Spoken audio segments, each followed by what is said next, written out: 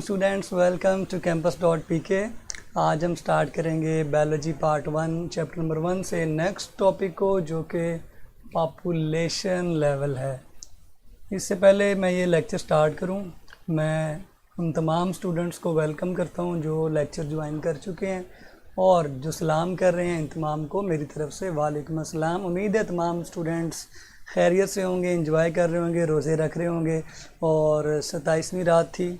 उम्मीद है आप सब ने अल्लाह को राज़ी करने की भी कोशिश की होगी। तो ये सारे काम भी साथ साथ चलते रहे जो है वो रहेंगे। आपने साथ साथ उस तरफ भी ध्यान करना है जिसका आपसे हिसाब भी होना है। सो ये अपने माइंड्स में लाजमी याद रखा करें। कल के लेक्चर से अगर किसी ने कोई क्वेश्चन करना है तो पहले वो कर लें, फिर जो है मैं आज आपके कॉन्सेप्ट्स आज के लेक्चर वाले क्लियर करूँगा। दिखने में ये वाले जो टॉपिक्स हैं आज वाले, ये बहुत ही आसान से हैं, 9th में भी आपने पढ़े थे, लेकिन हम कुछ एक नए अंदाज से जो है वो इसको लेके चलेंगे। आपको पता मैं टॉपिक्स की जो है ना वो लुक थोड़ी सी चेंज कर देता हूँ ताकि आप लोगों को जो है वो मज़ा आए और आप इंजॉय करें। तो इंशाल्लाह आज की इस पॉपुलेशन का लुक भी हम लोग जो है ना वो चेंज करेंगे। उम्मीद है आप लोगों को मज़ा आएगा। तो कल के लेक्चर से अगर किसी ने कोई क्वेश्चन करना है, किसी लफ्ज़ का मतलब पूछना है, तो आप लोग मुझसे जल्दी से पूछ सकते हैं, फिर मैं जो है वो आप लोगों का लेक्चर स्टार्ट करूँगा। हाँ जी, if you have any question then जल्दी से आस्क मी। अच्छा जी, ये कौन है जी? सर थोड़ा ज़्यादा लेसन दें, सिर्फ 2 दिन की बात है, फिर हमारा जो है ना वो रमज़ान जो है वो गुजर जाएगा। फिर मैं उन्हें सबको लेके साथ चलना होता है। कुछ स्टूडेंट्स जो हैं वो रमज़ान में ज़्यादा नहीं पढ़ पाते, कुछ जो हैं वो पढ़ लेते हैं, आदत होती है ना किसी को, तो हमने सबको साथ लेके चलना है। अगर दो चार बच्चे कहते हैं जी हमें ज़्यादा दें और 20 कहते हैं कि ना दें क्योंकि रमज़ान है, रोज़ा भी रखना है, इबादत भी करनी, तो सबको साथ लेके चलेंगे।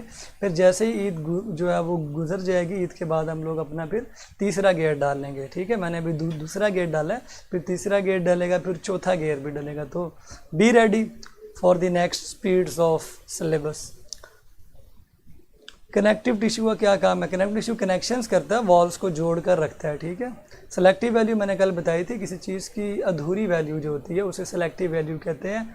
रीज़न क्या है जी? ऑर्गन सिस्टम का पार्ट होते हैं, तो फिर वो ऑर्गन सिस्टम्स के ही फंक्शंस के अंदर ज़्यादा इंपॉर्टेंट बन जाते हैं। अकेले अकेले हम उनको इतना स्टडी खास नहीं करेंगे। ठीक है, इसकी एक मिसाल लें। दिल है ना, दिल का काम क्या है? ब्लड को पंप करना। लेकिन हम कभी भी अकेले दिल के स्ट्रक्चर को स्टडी नहीं करते। हम साथ में, जब भी आपने पढ़ा, आपने 9th में ही पढ़ा, तो आपने दिल के साथ ब्लड वेजल्स को मिलाया और आपने साथ में ब्लड को भी मिलाया, तो वो तीनों चीज़ें मिलकर सर्कुलेटरी सिस्टम बन गई थी। तो यानी आप सिस्टम बना के काम करते हैं और सिस्टम बना के स्टडी करते हैं, इसलिए ऑर्गन की अपनी वैल्यू जो है ना वो सेलेक्टिव रह जाती है। चलें जी, तो आज का लेक्चर स्टार्ट करते हैं। आज हमने स्टार्ट करना है पॉपुलेशन जो है लेवल से। कल हम लोगों ने इंडिविजुअल बना लिया था, फ़र्द बना लिया। अब आप इसकी शर्तें लिखें। पॉपुलेशन कब बनती है? याद रखें, जब ग्रुप होता है इंडिविजुअल्स का, उसमें 3 शर्तें आपने लगानी है। ग्रुप ऑफ इंडिविजुअल्स, ठीक है। 3 शर्तें कौन सी हैं?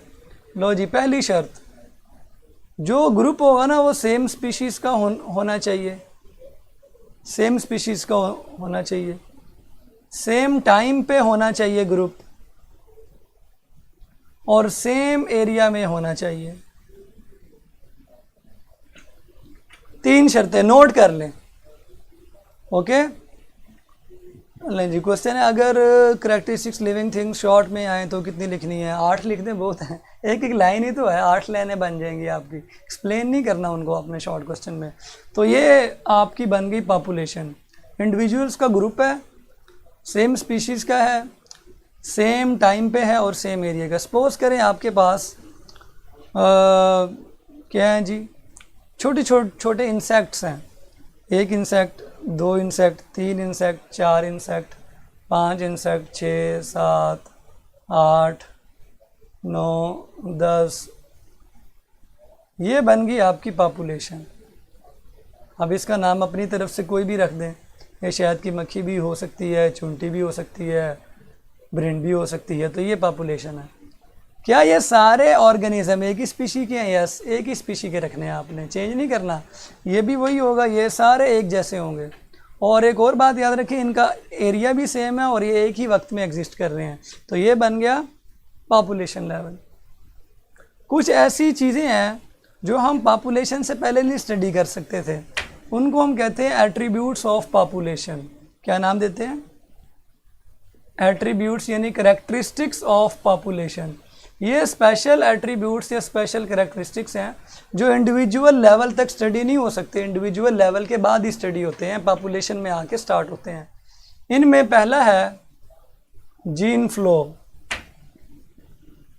अकेले इंडिविजुअल में तो जीन फ्लो नहीं करते। जीन फ्लो का मतलब है एक ये पॉपुलेशन है और एक ये पॉपुलेशन है, दो पॉपुलेशन होगी, ये किसी और इलाके में रहती है।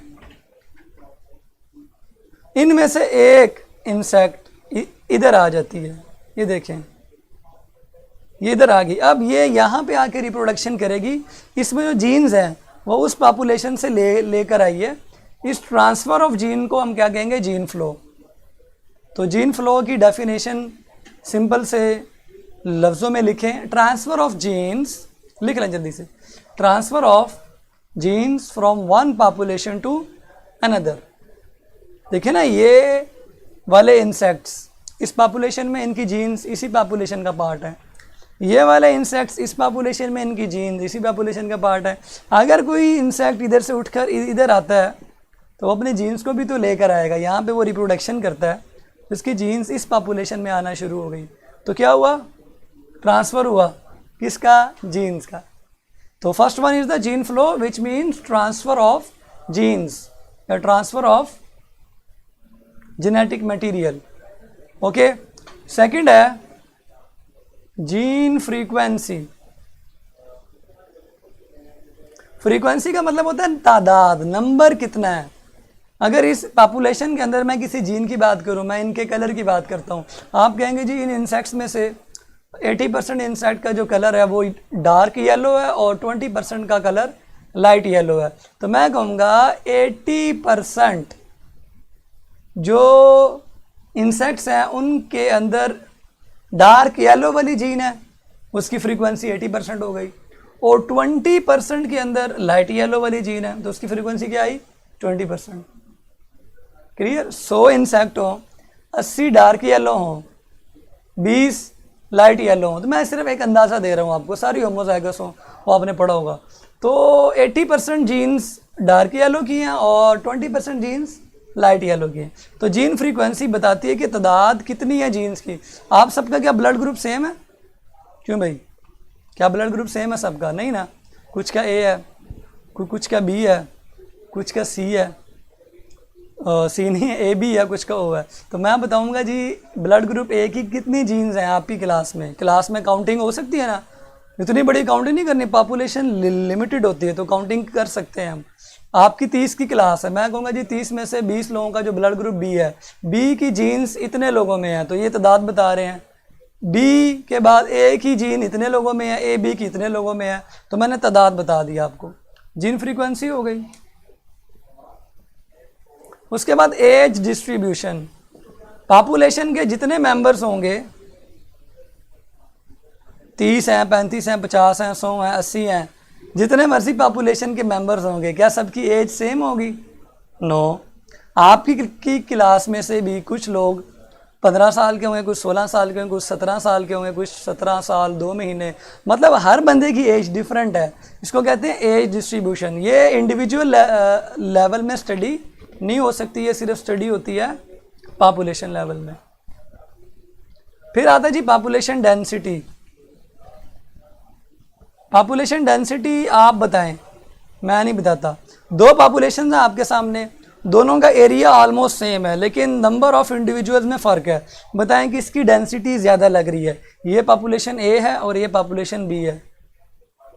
डेंसिटी आप करते हैं ना कैलकुलेट, मैस ओवर वॉल्यूम, तो बताएं इस पॉपुलेशन की डेंसिटी ज़्यादा है कि इस पॉपुलेशन की? दोनों का तकरीबन एरिया जो है ना वो बराबर ही है, ठीक है। सिर्फ आपने ध्यान से ऑब्जर्व करके बताना है कि इसकी डेंसिटी ज़्यादा है। करें ज़रा, चेक करें, इनकी डेफिनेशन बता दें। डेफिनेशन नहीं आती बेटे बोर्ड में, तो आपने जैसे इनके नाम याद करने हैं, कॉन्सेप्ट ज़हन में बताना है, ठीक है। जो मैं बोल रहा हूँ वो लिख लें। जीन फ्लो का आप छोटा सा लिख लें, transfer of gene from one population to another. Gene frequency का लिख लें, ये रिपीट करके भी सुन सकते हैं आप, ठीक है। Number of particular gene in the population. Age distribution का लिखें, relative age of all individuals in population. Density का आप लिखें, साइज ऑफ पॉपुलेशन। हाँ जी, किसकी ज़्यादा है? एक ही। क्यों? जगह उतनी है लेकिन इंडिविजुअल ज़्यादा है। साइज बढ़ गया ना, तो साइज बढ़ा तो डेंसिटी बढ़ गई। ये होती है पॉपुलेशन डेंसिटी। कुछ पॉपुलेशन जहाँ पे, अब गांव की बात करें ना, गांव में एक घर में 10-10 लोग रहते हैं, ऐसे ही है। और शहरों में क्या होता है, एक घर में 2 लोग, एक घर में 4 लोग, एक घर में मैक्सिमम 5-6 लोग रहते हैं। गांव में छोटे से घर में, या अगर घर बड़ा भी है, ज्वाइंट फैमिलीज होती हैं, चाचे भी वहीं रहते हैं, ताए भी वहीं रहते हैं, उनके बच्चे, फिर उनके बच्चे हो जाते हैं, तो वो सारे एक ही घर में रह रहे होते हैं। तो वो एक ही घर को कितना ज़्यादा डेंस बना देते हैं। लेकिन शहरों में ऐसा नहीं होता, एक बंदे को एक कमरा देते हैं। तो शहरों वाले लोगों की पॉपुलेशन डेंसिटी कम होती है और गांव के लोगों की पॉपुलेशन डेंसिटी ज़्यादा होगी। ओके हो गया? मज़ा आ गया कि नहीं? जल्दी बताया करें, मिनट मारा करें। उसके बाद आखिरी पॉपुलेशन प्रेशर, ये चौथा था, ठीक है। पॉपुलेशन प्रेशर का मतलब ये है कि अगर आपकी पॉपुलेशन का साइज ज़्यादा है, अगर आपकी पॉपुलेशन का साइज क्या है बच्चों? ज़्यादा, तो पॉपुलेशन के अंदर जो लिविंग इंडिविजुअल्स होंगे वो क्या करेंगे? उनको ज़्यादा फूड चाहिए होगी, ज़्यादा कपड़ा चाहिए होगा पहनने के लिए। जितने लोग ज़्यादा हैं उतने जो हैं वो ज़्यादा कपड़ा, रोटी, मकान, हर चीज़ ज़्यादा चाहिए ना। तो रिसोर्सिस के ऊपर क्या आ जाएगा? प्रेशर। कम लोग होंगे तो प्रेशर नहीं पड़ेगा, ज़्यादा लोग होंगे तो प्रेशर पड़ जाएगा। जैसे अफ्तारी होने लगी है, दस्तरखान जो है वो आपने सजा दिया, कितने लोग कर रहे हैं अफ्तारी? 3 लोग। पॉपुलेशन प्रेशर नहीं है, उतना ही दस्तरखान है, 50 लोग आके बैठ गए हैं। अब चीज़ें कम पड़ जाएंगी और लोग ज़्यादा हैं, अब प्रेशर आएगा रिसोर्सिस पे। इसको हम कहते हैं पॉपुलेशन का प्रेशर, जो रिसोर्सिस पे आता है, रोटी, कपड़ा, मकान पे आता है। ओके हो गया? तो ये मैंने आपको चीज़ जो है वो बता दी। एक बार मैं रिपीट कर देता हूँ। Transfer of genes from one population to another लिख लें। Number of genes in the members of population, relative age of individuals in population, size of a population। और ये होगा, बल्कि साइज नहीं, इसमें हम क्या कहेंगे, हाँ साइज ही कह लें। Population pressure, pressure on resources, pressure on resources. ये थे एट्रीब्यूट्स जो मैंने एक्सप्लेन कर दिए। अब हम चलते हैं नेक्स्ट कम्युनिटी की तरफ। कम्युनिटी कब बनती है? नोट कर लें, 2 शर्तें हैं जी इसमें। डिफरेंट स्पीशीज़ मिलेंगी, डिफरेंट स्पीशीज़, और एरिया क्या होगा? सेम, सेम हैबिटेट यानी सेम एरिया, तो वो बन जाएगी कम्युनिटी। कैसे चेक करें? ये एक कीड़ा है, ये जो है चूहा है, सपोज कर लें। चूहा कैसे बनाते हैं? हाँ ये लें, ये चूहा है, ये जो है ना ये बिल्ली है, ये बिल्ली है, ये यहाँ पे एक पानी, एक पॉन्ड भी है, वहाँ पे फ़िश भी रहती हैं, ठीक है। ये सारा कुछ है, बल्कि इसको ना ही करें क्योंकि वो पानी वाला अलग से कम्युनिटी बनाएगा। और यहाँ पे क्या है जी, ये एक और जानवर है कोई। तो ये काफ़ी ज़्यादा जानवर हैं, कुछ पौधे भी हैं, वो भी आपको पता है इंडिविजुअल्स होते हैं, कुछ छोटे छोटे पौधे भी हैं। बेतहाशा स्पीशीज़ हैं, बेतहाशा स्पीशीज़ हैं। तो ये जो स्पीशीज़ होंगी जो डिफरेंट हैं, ये मिलकर क्या बनाएंगी? कम्युनिटी। अच्छा, मेरा लेक्चर सुनने के लिए आपके पास रजिस्टर होना चाहिए जो आप साथ साथ नोट करें, ठीक है, क्योंकि हमारे पास टाइम कम होता है। लोग कहते हैं लेसन ज़्यादा दें, तो हर चीज़ जो है वो लिखी नहीं जा सकती, क्योंकि ये बुक में भी नहीं लिखी हुई थी चीज़ें, मैंने सिर्फ आपको जान के एक्सप्लेन की हैं। एट्रीब्यूट का मतलब करेक्टरिस्टिक होता है, फीचर होता है, खसूसियत होती है। तो ये खसूसियात पॉपुलेशन की थी। ये बन गई जी कम्युनिटी, जिसमें काफ़ी ज़्यादा स्पीशीज़ रह रही हैं। एग्जाम्पल फॉरेस्ट कम्युनिटी ले लें, पॉन्ड कम्युनिटी ले लें, इसमें एक नहीं कई तरह की फ़िश होती हैं और भी ऑर्गेनिज्म होते हैं, तो ये हो गई कम्युनिटी। इसकी दो तरह की टाइप्स होती हैं। पहली टाइप होती है जी सिंपल कम्युनिटी, और दूसरी टाइप होती है कॉम्प्लेक्स कम्युनिटी। सिंपल कम्युनिटी कौन सी होती है, लिख लें, जिसमें स्पीशीज़ की जो तादाद है वो थोड़ी होती है। अगर किसी कम्युनिटी के अंदर थोड़ी सी स्पीशीज़ होंगी तो उसको हम सिंपल कम्युनिटी कहेंगे, ठीक है। लो नंबर ऑफ स्पीशीज़ या types of species. Complex community कब बनेगी, जब बहुत ज़्यादा स्पीशीज़ होंगी, हाई नंबर ऑफ स्पीशीज़। अब आप लोग मुझे बताएं, ये मैं एक कंपैरिजन, ए कम्युनिटी और एक ये बी कम्युनिटी है, ओके हो गया। ए कम्युनिटी में क्या हुआ है जी, एक यहाँ पे ट्रंक पड़ा हुआ है, ट्री का लॉग है, शेड बन गई समझे, इसके नीचे कुछ जो है ना इंडिविजुअल्स आके रहना शुरू कर रहे हैं, कोई 10-12 होंगे। और बी के अंदर जो है ना वो एक पूरा फॉरेस्ट है जिसके अंदर हज़ारों स्पीशीज़ जो हैं वो रहती हैं। लें जी, इसमें क्या है, एक दरख्त पड़ा हुआ है, ऐसे गिर चुका है, वो लॉग गिर चुका है, उसकी शेड के नीचे कुछ लोग आके रहना शुरू कर रहे हैं, स्पीशीज़, कीड़े मकोड़े, कोई थोड़े मोटे बिल्ली जानवर। तो ये ए है। बी में पूरा जंगल है।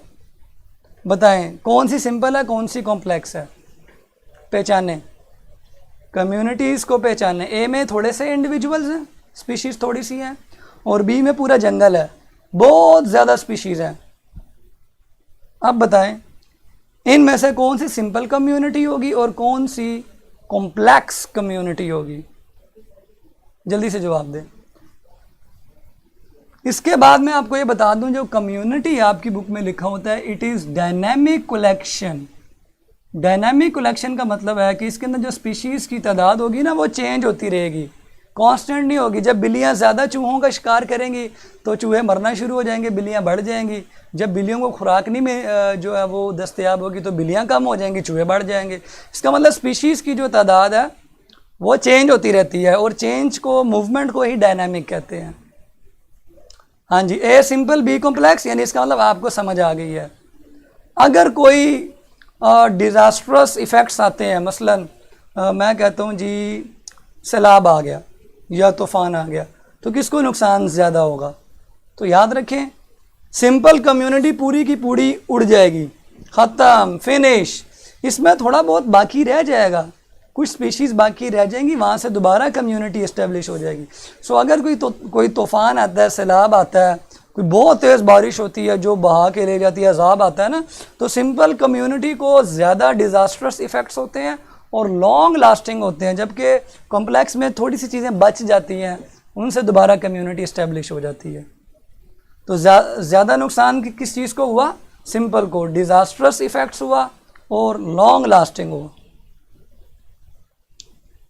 क्लियर हो गया सिंपल और कॉम्प्लेक्स का मतलब। अब एक बात याद रखें, इकोसिस्टम कैसे बनता है। इकोसिस्टम का फार्मूला लिख लें आप। Ecosystem is equal to community plus environment या सराउंडिंग, कुछ भी लिख लें, या एबायोटिक कंपोनेंट्स लिख लें। Ecosystem is equal to community plus environment. जो सराउंडिंग में चीज़ें हैं, पानी है, हवा है, मिट्टी है, ये सारी चीज़ें जब मिल जाएंगी कम्युनिटी की डिफरेंट स्पीशीज़ के साथ, तो वो जो ग्रुप बनेगा वो इकोसिस्टम है। तो जो फॉरेस्ट है ना, अल्लाह भला करे आपका, फॉरेस्ट कम्युनिटी भी है और इकोसिस्टम भी है। क्यों भला? क्योंकि फॉरेस्ट में अगर स्पीशीज़ को जमा कर लें तो कम्युनिटी बन जाएगी, अगर पानी को भी जमा कर लें, मिट्टी को जमा कर लें, हवा को जमा कर लें तो फिर वो क्या बन जाएगा, इकोसिस्टम बन जाएगा। तो ये लिख लें, ये नोट कर लें, ecosystem is equal to community plus environment या कम्युनिटी प्लस सराउंडिंग। ये एक आसान सी बात लिख लें, ecosystem is equal to biotic plus abiotic components. Biotic living यानी कम्युनिटी में आ गए, और ए बायोटिक नॉन लिविंग यानी किस में आ गए, सराउंडिंग में आ गए या एनवायरनमेंट में आ गए। क्लियर हो गया इकोसिस्टम, एग्जांपल फॉरेस्ट इकोसिस्टम आ गया, और भी कई एग्जांपल्स नोट कर सकते हैं। अब बायोस्फीयर क्या जो है वो क्या है, बायोस्फीयर इधर ही लिख देते हैं, पूरा अर्थ का जो प्लैनेट है, जहाँ जहाँ लिविंग ऑर्गेनिज्म मौजूद है वो मिला दें, कंबाइन तमाम इकोसिस्टम्स को मिला दें, ऑल इकोसिस्टम। तो biosphere is equal to all ecosystems, all ecosystems. वहाँ पे चूँकि जगह नहीं है तो आप लोग खुद ही लिख सकते हैं, ठीक है। तो बायोस्फीयर इज, मेरे ख्याल से है जगह, मैं लिख देता हूँ, biosphere is equal to all ecosystem of the world.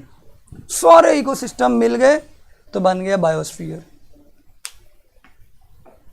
Drastic effect की कोई और एग्जांपल मैंने 3-4 दे दी, सैलाब आने से, तूफान आने से, हाँ टेम्परेचर अचानक इतना चेंज हो जाए, सब लोग मर जाएं, कुछ भी हो सकता है।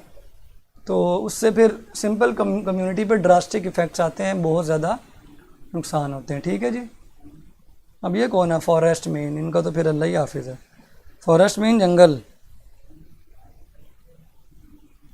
चलें जी, आज का लेक्चर यहाँ पे हुआ ख़त्म। उम्मीद है आप लोगों को चीज़ें समझ आ गई होंगी।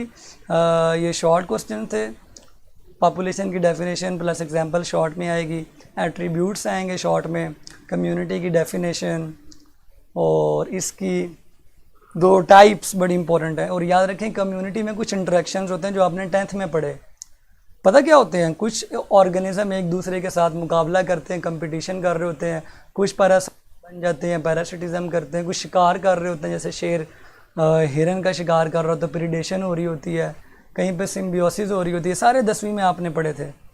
तो ये सारी एग्जांपल भी एनवायरमेंटल बायोलॉजी की हैं, ओके, एनवायरमेंटल बायोलॉजी की। हमारी कम्युनिटी सिंपल है या कॉम्प्लेक्स है? हमारी कौन सी कम्युनिटी भाई? हमारी कम्युनिटी कॉम्प्लेक्स ही है, ठीक है। चलें जी, biosphere is the combination of all ecosystems, repeat कर दिया जी।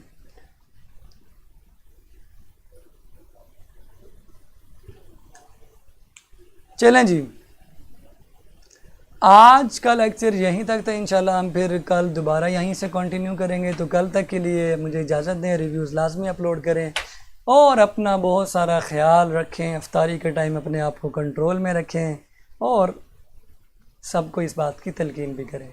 अल्लाह हाफिज़।